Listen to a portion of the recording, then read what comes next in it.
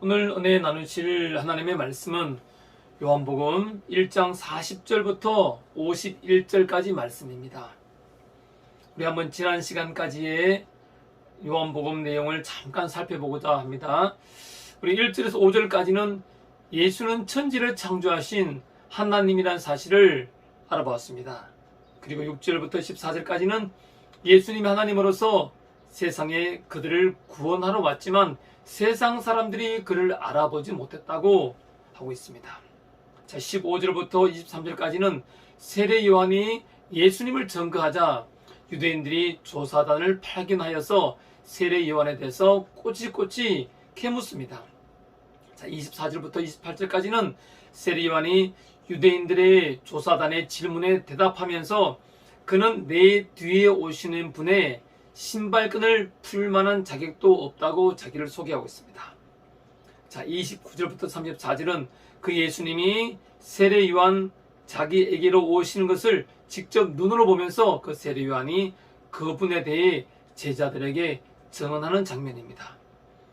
자, 지난 시간 살펴보았던 35절에서 39절은 예수님께서 모습으로 나타내셨고 그리고 직접 말씀을 전하시는 장면이었습니다.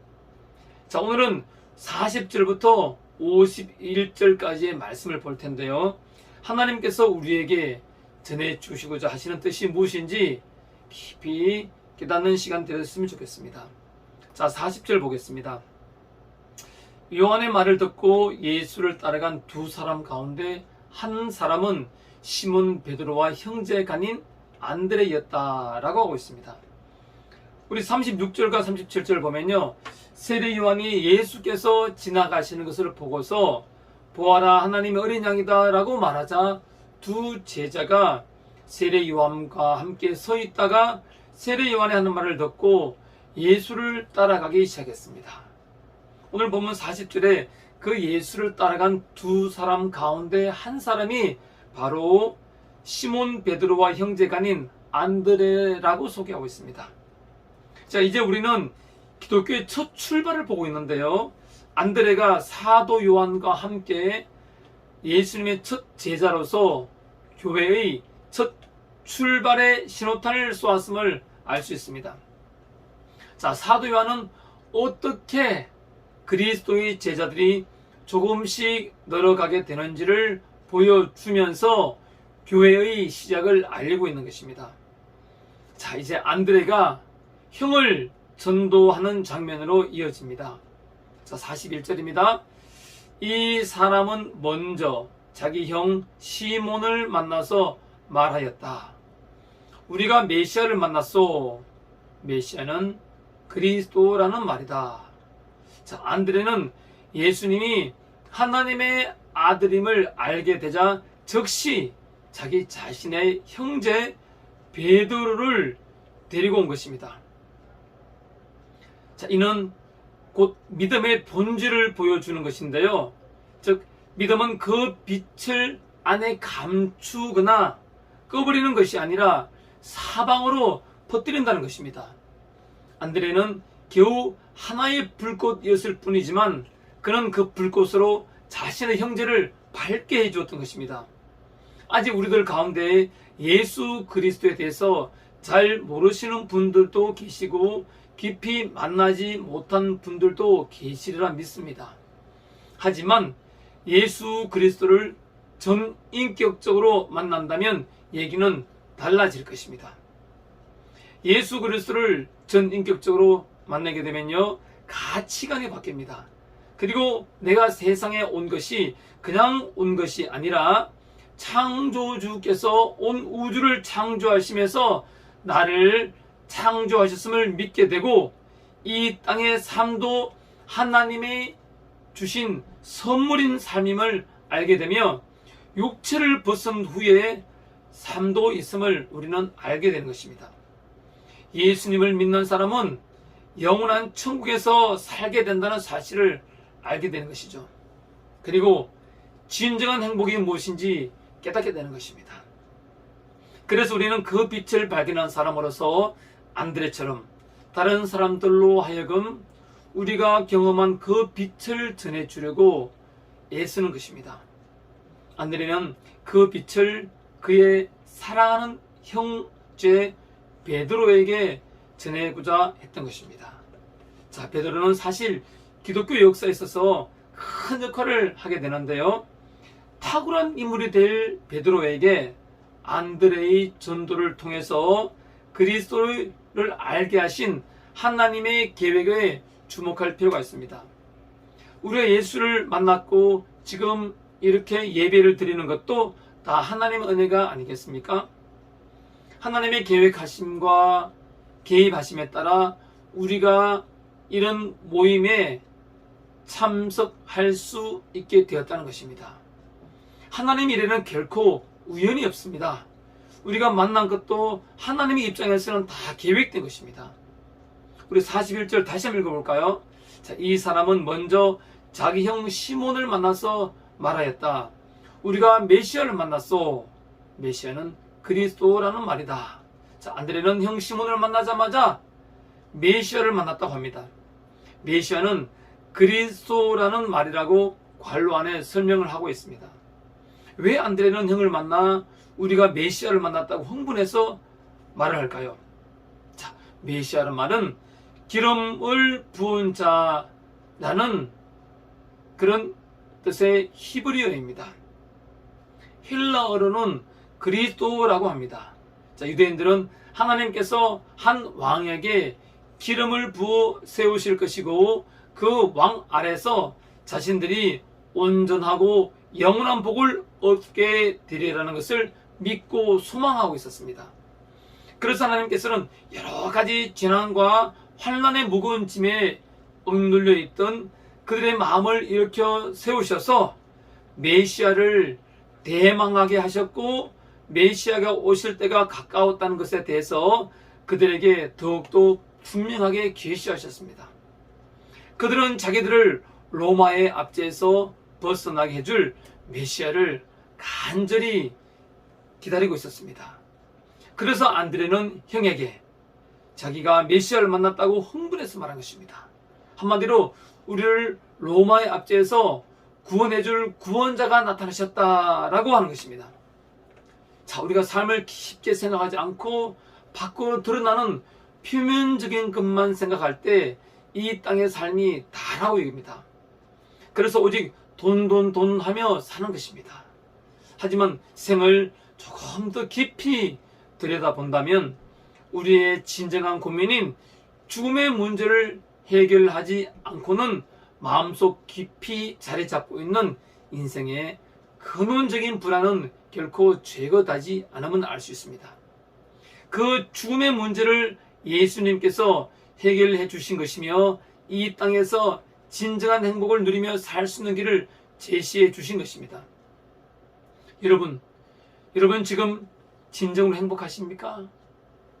진정한 행복을 원하신다면 오늘 당장 예수님을 만나시기 바랍니다.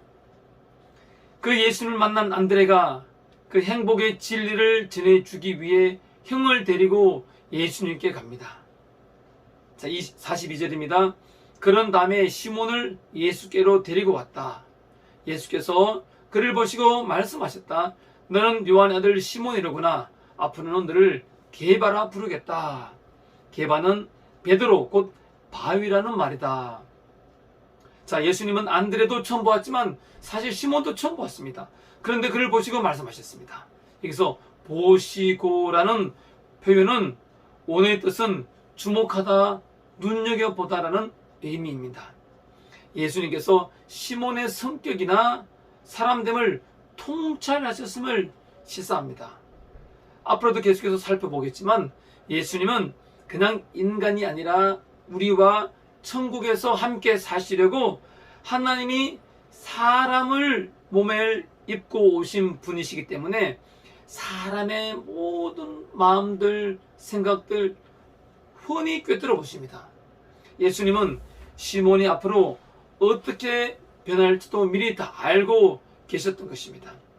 시몬을 알고 계시는 예수님은 창조주로서 우리도 알고 계십니다. 우리의 모든 행동과 생각까지도 훤히 알고 계신다는 의미인 거죠. 예수님을 믿는 사람에게는 영으로서 성령으로 우리 안에 예수님이 내주어 계십니다. 따라서 예수를 믿는 사람은 하나님이 내 안에 동행하는 사람이고 신적인 사람인 것입니다. 따라서 성경은 말씀하십니다. 요한복음 1장 12절입니다. 영접하는 자 곧 그 이름을 믿는 자들에게는 하나님의 자녀가 되는 권세를 주셨으니 13절입니다. 이는 혈통으로나 육종으로나 사람의 뜻으로 나지 아니하고 오직 하나님께로부터 난 자들이니라 라고 기록하고 있습니다. 따라서 예수 믿는 사람은 하나님으로부터 난 자들인 것입니다. 그런 사람은 세상 일에 일희일비하지 않습니다. 영생을 바라보며 현재의 모든 삶을 담대하게 대처하며 이겨냅니다. 그리고 모든 일에 감사하게 됩니다. 하나님이신 예수님이 시몬을 통찰하시고 이름을 개발하고 바꾸어 주십니다.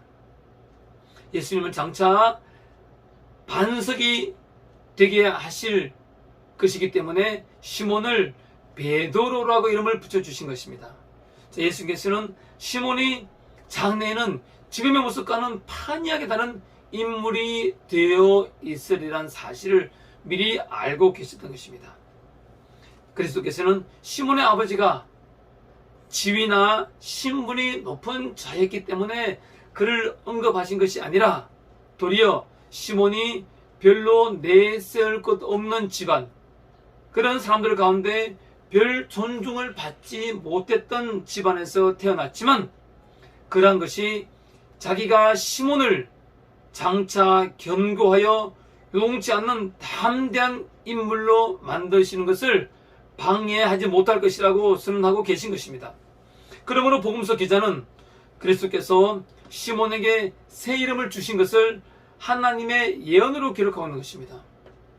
예수님께서는 장차 베드로의 믿음이 반석처럼 견고해지리라는 사실을 미리 내다보셨을 뿐만 아니라 그가 장차 베드로에게 무엇을 주실 것인지도 미리 말씀하고 계시는 것입니다. 즉 예수님께서는 자기가 장차 베드로에게 주시기로 정해놓은 그 은혜를 지금 여기서 미리 밝히고 있는 것입니다.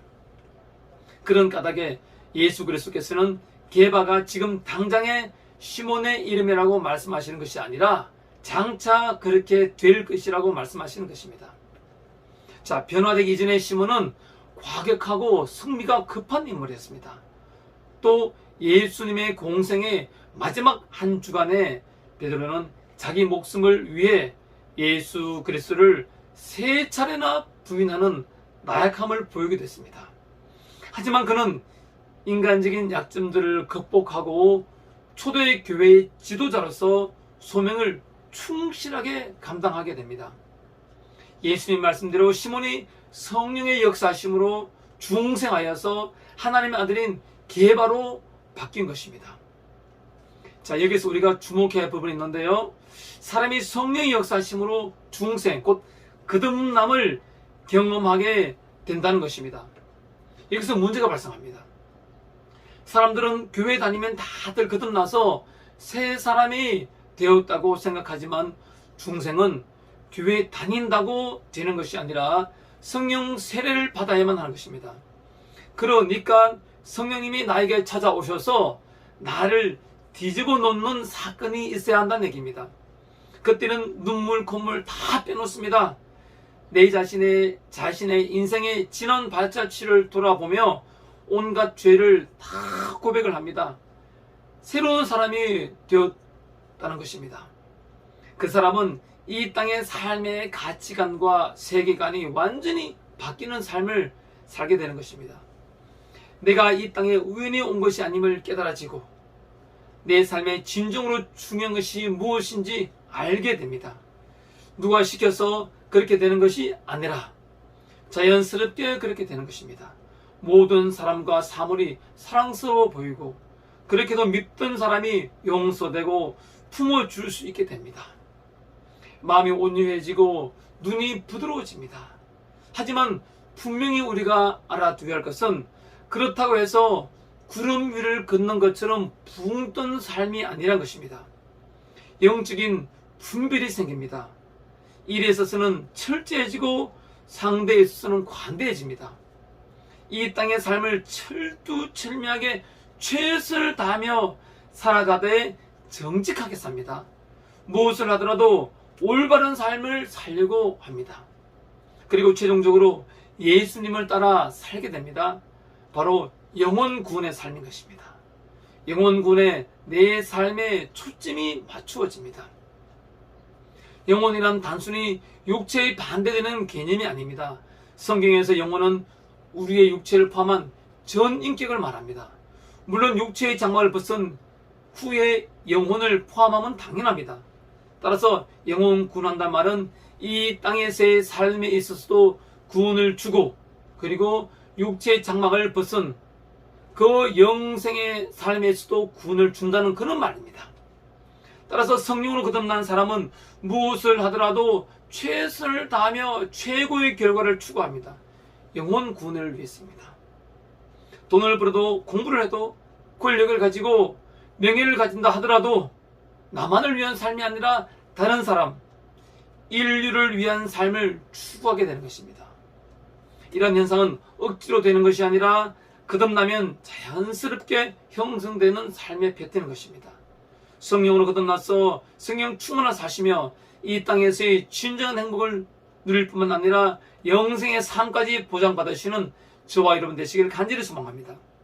자, 예수님은 시몬이 성령으로 거듭나서 성령 충만한 삶을 살며 또한 기독교 역사에 있어서 큰 획을 긋도록 만드셨습니다.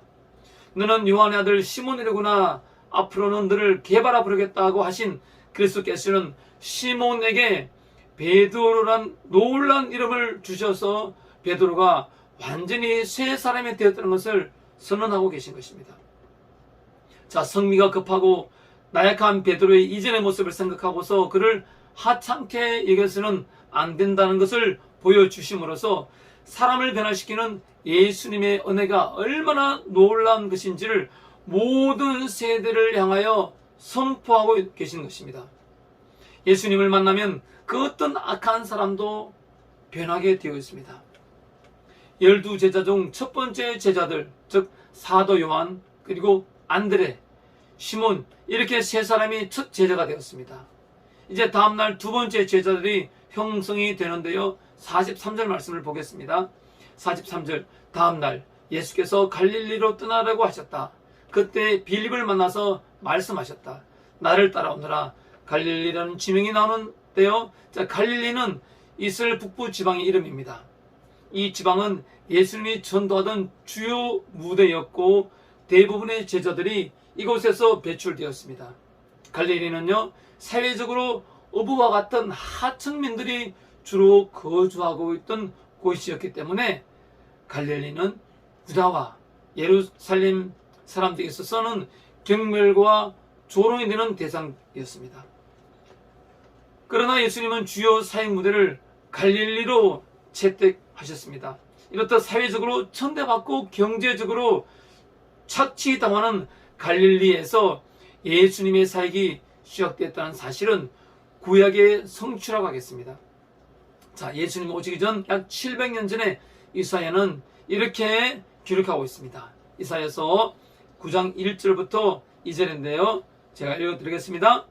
어둠 속에서 고통받던 백성에게서 어둠이 그칠 날이 온다.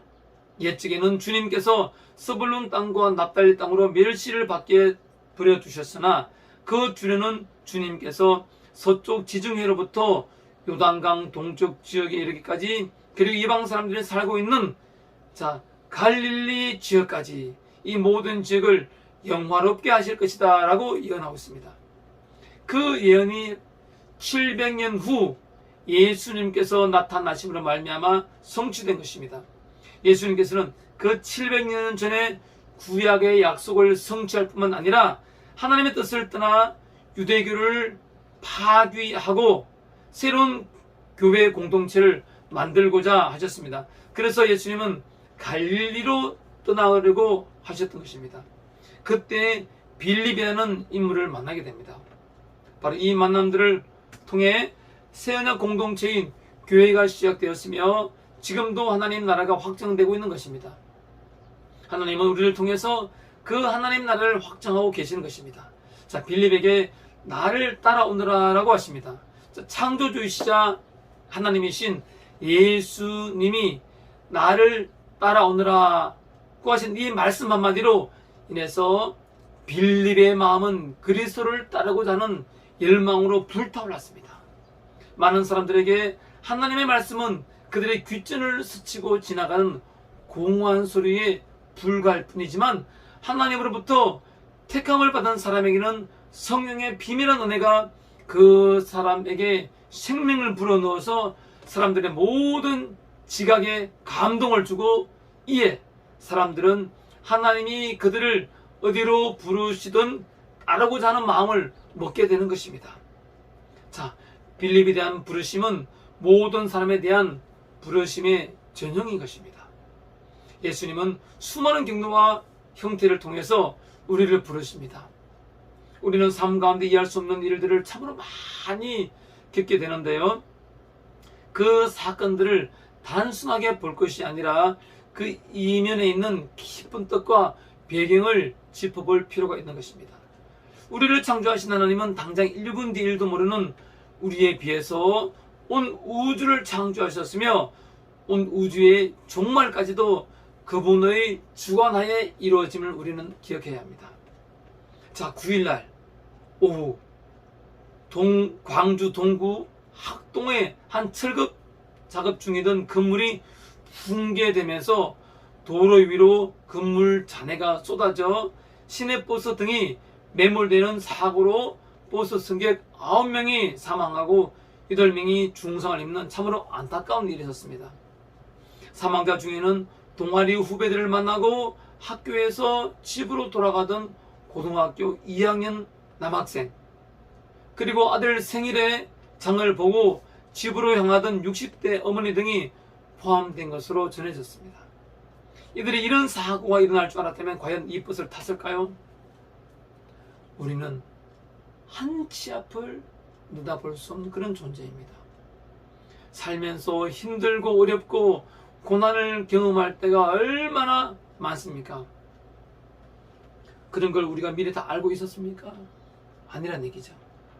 그때마다 우리 조상들은 재수에 온 붙었다고 치부해 버리거나 운명이라고 생각을 하며 정신적 스트레스로부터 벗어나고자 했습니다. 하지만 아닙니다.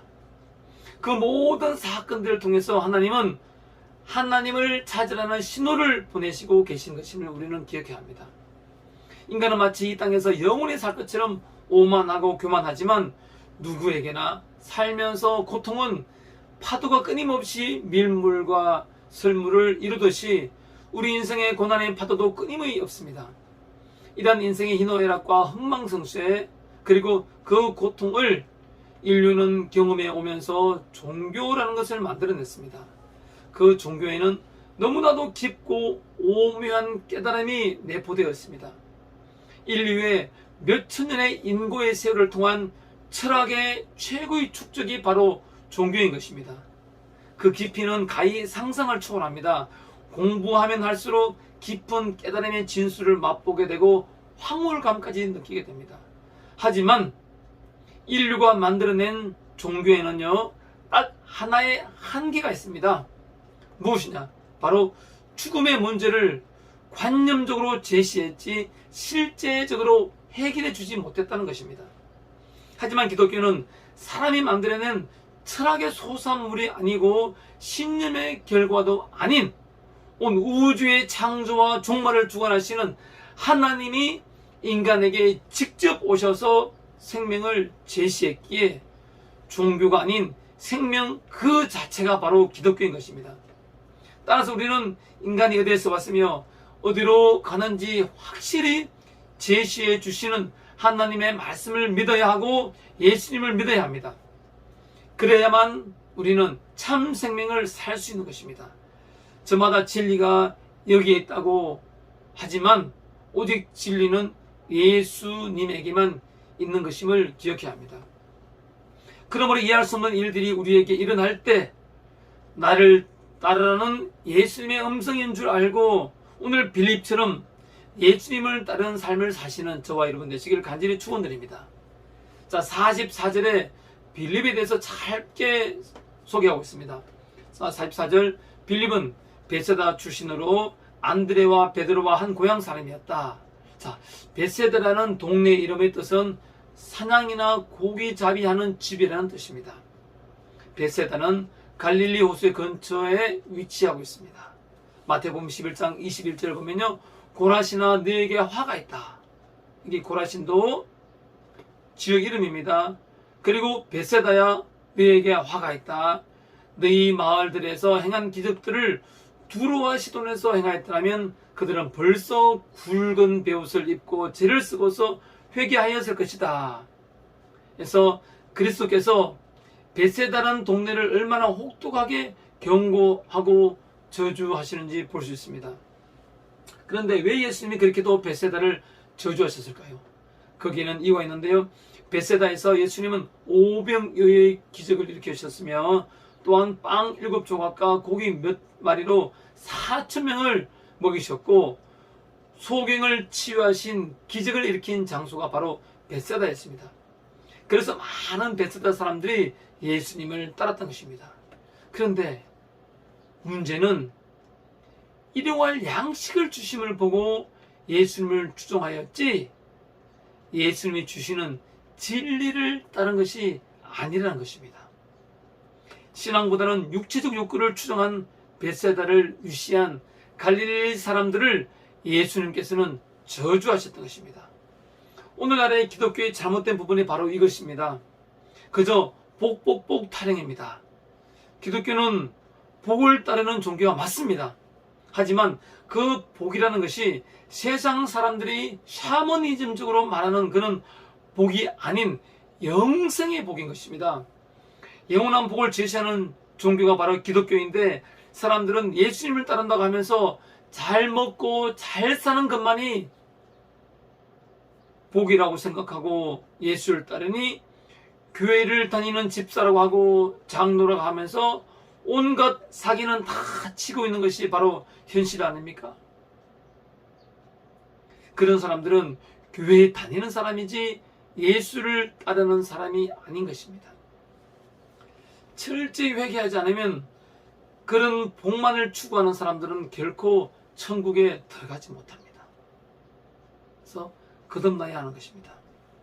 그러므로 그토록 불경건하고 악한 주민들 가운데서 안드레, 시몬, 빌립이 하나님의 은혜를 받게 된 것은 지옥의 시면에서 끌어올려져서 건짐을 받은 것이라고 밖에 볼 수 없습니다.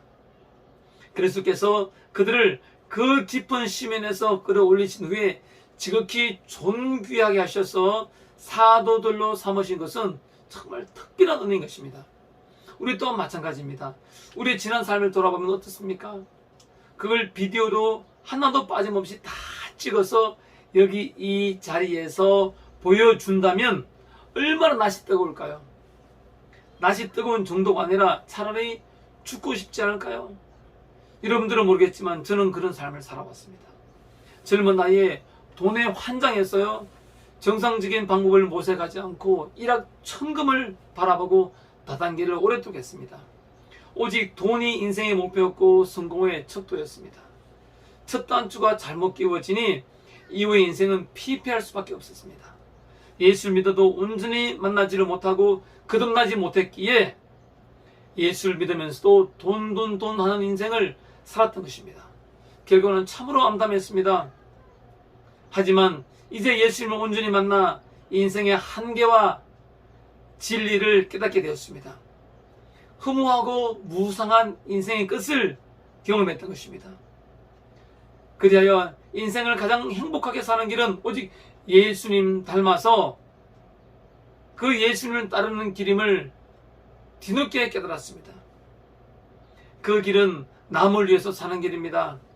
그 길은 남을 위해서 사는 최고봉의 삶인 것입니다.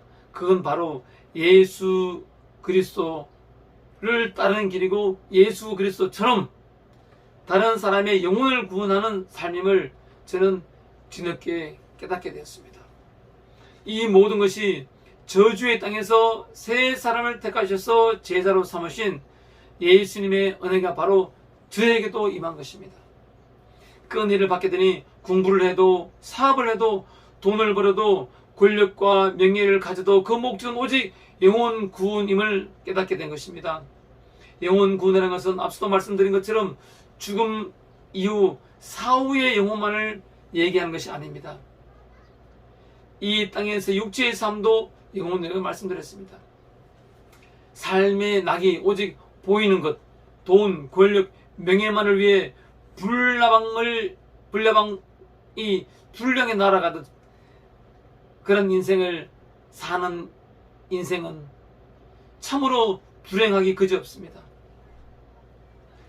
그 불행에 살면서 진리의 눈을 뜨게 하고 이 땅에 진정한 행복을 찾아 나선 것이 바로 영생의 삶, 바로 영혼 구원인 것입니다. 여러분들 이타적인 삶, 참으로 남을 위한 삶, 다른 사람을 행복하게 하는 삶, 이 삶의 기쁨을 속히 깨달으시기 바랍니다.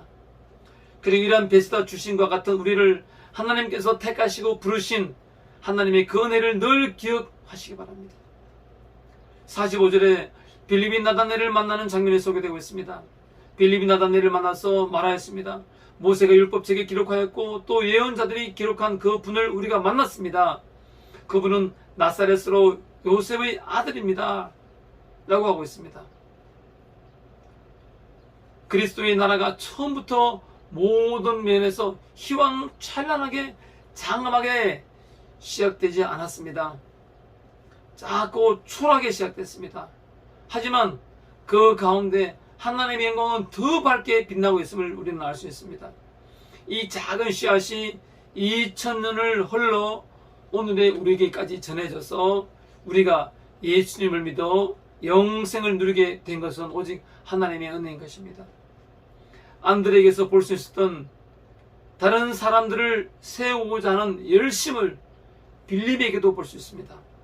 이처럼 우리도 예수를 만난 기쁨이 있다면 삶을 통해서 보여줄 수 있어야 합니다. 그것은 인위적으로 만들어낸 열심이 아니라 예수님을 만나고 천국을 확신하는 기쁨에서 절로 나오는 자연스러운 삶인 것입니다. 45절에 빌립이 나다넬을 만나서 무슨 말을 하는지 들어볼까요? 모세가 율법책에 기록하였고 또 예언자들이 기록한 그분을 우리가 만났습니다. 그분은 나사렛 출신으로 요셉의 아들 예수입니다. 자, 본문은 빌립이 예수님이야말로 율법과 예언서로 대표되는 구약의 모든 말씀을 성취하시는 메시아임을 확신하고 있음을 보여줍니다. 그런데 여기서 우리가 짚고 넘어야 할 것은 빌립이 예수님을 요셉의 아들이라 부르고 나사렛 출신이라고 부른 것입니다. 하지만 이것은 둘 다 잘못된 사실입니다.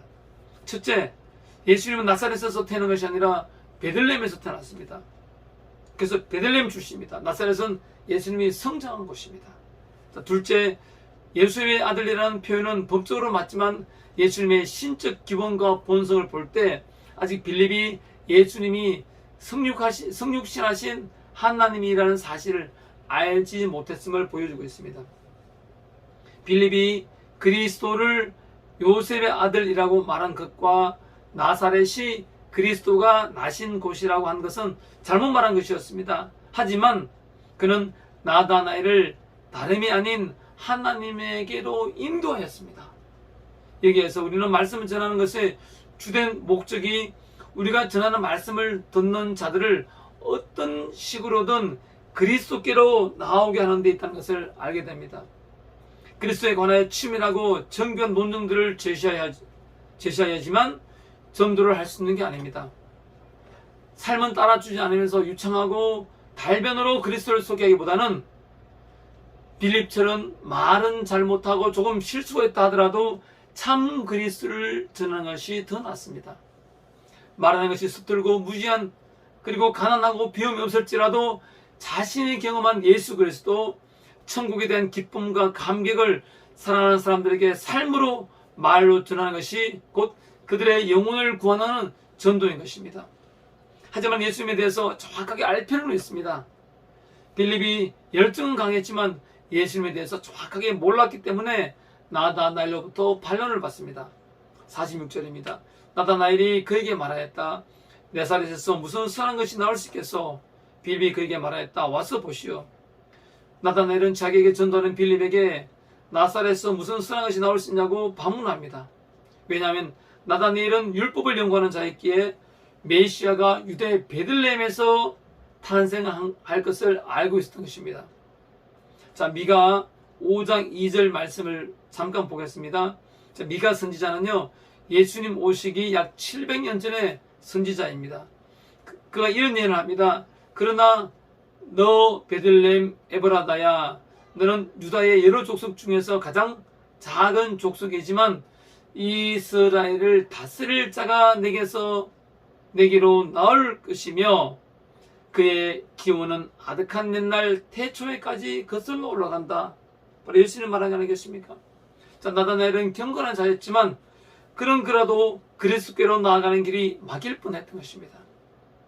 어떻게 이런 일이 벌어진 것일까요? 그것은 빌립이 그리스도에 관하여 부정확하게 말한 것을 나다나엘이 경솔하게 믿었기 때문이었고, 나다나엘의 생각이 나사렛에서는 그 어떤 선한 것도 나올 수 없다는 선입견에 사로잡혀 있었기 때문입니다. 우리도 방심했다간 나다나엘과 같은 위험한 지경에 처할 수 있습니다. 그 뭐냐면요, 사탄은 날이면 날마다 이것과 비슷한 장애물들을 놓아서 우리가 그리스도께로 나아가는 것을 가로막거나 방해하려고 했습니다. 예를 들었어요, 사탄은 교활한 방법으로 무수한 거짓 가르침들을 퍼뜨려서 우리에게서 복음에 대한 혐오감이나 의구심을 불러일으킴으로써 우리가 복음을 제대로 맛보고자 하는 마음을 먹을 수 없게 만들어버립니다. 또 사탄에게는 우리로 하여금 그리스도를 멸시하게 만들 수 있는 또 다른 방법이 있는데요, 그건 뭐냐? 그것은 머리 대신 그리스도와 그 지체들에게서 나타나는 십자가의 비천함을 보여주는 것입니다. 내가 예수를 잘 만나도 저 예수처럼 십자가에 죽는 인생을 살 수밖에 없구나 하는 그 비참함, 이것들이 사람들이 걸림돌이 되게 하는 그런 것입니다. 우리는 아무리 주의를 기울여도 이런 사탄의 술책으로부터 자유로울 수가 없기 때문에 우리는 적어도 시험을 받는 즉시, 의문이 되는 즉시 와서 보라라는 그 말에 붙잡혀야 됩니다. 나다나엘은 비록 두 가지 잘못을 저질렀지만 빌립이 한 이 말을 붙잡고, 즉 와서 보라는 말을 붙잡고 가서 봄으로 말미암아 그 잘못을 바로잡을 수 있었던 것입니다. 그러므로 우리도 나다나엘의 모범을 따라서 먼저 우리가 고분고분히 가르침을 배우며 순종하는 자라는 것을 보이고, 그 다음으로 그리스도께서 성경을 통해서 친히 우리를 괴롭히는 의심들을 제거해 주시고자 할 때 성경을 읽으면 말미암아 예수 그리스도에 대한 의심을 해소해야 되겠습니다. 그리고 성경을 통해서 우리는 묻고 그런 문제들을 해결받을 수 있을 것입니다. 나다나엘의 빈정거리는 말투와 그 말투에 내포되어 있는 논리적 타당성은 빌립의 말문을 막았을 뿐만 아니라 심한 모멸감까지 받았을 것입니다. 그럼에도 불구하고 빌립은 나다나엘을 강권합니다. 와서 보시라고. 와서 보세요. 우리도 전도하다 보면요, 별의별 소리를 다 듣습니다. 때때로 심한 수치감과 모멸감을 받을 수도 있습니다. 우리는 참으로 예수 만난 기쁨과 그 천국의 확신을 얘기해 줌으로 말미암아 그들의 영혼을 구원하고 싶은데, 눈에 보이는 것에만 온갖 마음이 가 있는 그들은 우리의 밖으로 보이는 재산, 학력, 차, 집, 직업 같은 외모만 보고 함부로 말하는 것을 경험하기도 합니다. 하지만 우리는 진리를 깨달았기에 그들에게 사랑과 선한 마음을 가지고 대해야 합니다. 그래서 영혼 구원하기 위해서는 먼저 내가 삶에 있어서 올바로 써야 합니다. 모든 면에서 올바로 써야 합니다. 말과 행동 참으로 조심해야 합니다. 불평, 불만에 동조하지 마시기 바랍니다. 모든 일에 감사하시기 바랍니다. 오직 영혼 구원만을 생각하시면 사실 그들을 대하는 내 삶과 말이 달라질 것입니다. 예수님께서 와서 보라는 빌립의 전도로 예수님께로 오는 나다니엘을 두고 이렇게 말씀하십니다. 보아라, 저 사람이야말로 참으로 이스라엘 사람이다. 그 안에는 거짓이 없다 하고 얘기하고 있습니다. 나다나엘을 처음 대면하기 직전에 그의 인격을 통찰하시는 그리스도의 신성이 잘 나타나는 구절입니다. 특히 본문은 참과 거짓을 서로 대조하고 있습니다. 여기서 참은요, 알레도스란 말인데 겉과 속의 일체 혹은 진지성을 뜻하는 말인 반면에 거짓은 돌로스라고 하는데 고기를 낳기 위한 미끼 또는 트로이 전쟁 시의 목마 등과 같이 속임수나 간계 등을 나타냅니다. 특히 이 표현은 야곱의 간교한 성격을 상기시키는 말로서 나다나엘이 야곱처럼 간교한 자가 아니라 메시아 대망을 충실히 기다리며 율법을 연구하는 자였음을 시사하는 말입니다. 시편 기자는 마음에 간사가 없는 자, 곧 거짓이 없는 자가 복이 있다고 말했습니다. 우리도 마음에 거짓이 없어야 합니다. 간사함이 없어야 됩니다. 혹시 세상 풍파를 다 겪으면서 처세술에 능한 자가 되지 않았습니까? 처세술은 필요합니다. 하지만 마음의 본질을 빼앗기고 처세술에만 능하다면 거짓말을 하는 자, 간사한 자가 되고 맙니다. 우리는 자신에게 거짓을 행하지 말아야 합니다. 그리고 다른 사람에게도 거짓말을 하지 말아야 합니다. 그것은 바로 간사한 자인 것입니다. 나다나엘이 깜짝 놀라서 질문을 합니다. 48절입니다. 어떻게 나를 아십니까? 예수께서 대답하셨다. 빌립이 너를 부르기 전에 내가 무화과 나무 아래에 있는 것을 내가 보았다. 여기 전에 라는 말이 있습니다. 이것은 뭡니까? 시간적 의미의 답변입니다. 전에, 빌립이 너를 부르기 전에, 이런 시간적 의미의 답변이라면 무화과 나무 아래라는 표현은 공간적 의미로서의 답변인 것입니다. 자, 무화과 나무는 유대 민족의 번영을 상징하는 표현으로서 사용될 정도로 팔레스타인에서 무화과 나무는 굉장히 번식했습니다. 특히 무화과 나무는 무성한 커다란 잎으로 인해서 그늘을 만들었기에 당시의 랍비들은 이를 율법을 교육하거나 묵상한 장소로 사용하였습니다. 따라서 무화과 나무 아래라는 표현은 나다나엘이 그리스도를 만나기 전에 구약 성경을 묵상하고 있었음을 암시합니다. 또한 여기서 보았다는 말은 단순히 알았다는 예지적인 측면뿐만 아니라 주목하고 있었다는 의지적인 측면까지 내포하는 용어입니다. 따라서 예수께서는 나다나엘을 이미 마음속에 당신의 제자로 의지적으로 지목하던 것을 암시하는 것입니다. 그리스도께서는 나다나엘을 기분 좋게 해주기 위하여 그런 말씀을 하신 것이 아니었습니다. 그에게서 새로운 질문을 이끌어내시고 그 질문에 대한 대답을 통해서 자기가 하나님의 아들이시라는 것을 증명하시기 위해서 그가 그 말씀을 듣기를 바라셨던 것입니다. 하나님은 직접 눈으로 보지 않으시고 사람들의 마음에 무엇을 생각하고 있는지 다 알고 계십니다. 나다나엘은 그리스도께서 인간의 방식이 아니라 진정으로 하나님의 방식으로 자기를 보았다는 것을 깨달았기 때문에 그가 지금 인간으로 말씀하시는 것이 아니라 하나님으로서 말씀하신다는 사실을 결론을 내리게 됐던 것입니다. 그래서 나다나엘은 예수님께 이렇게 고백합니다.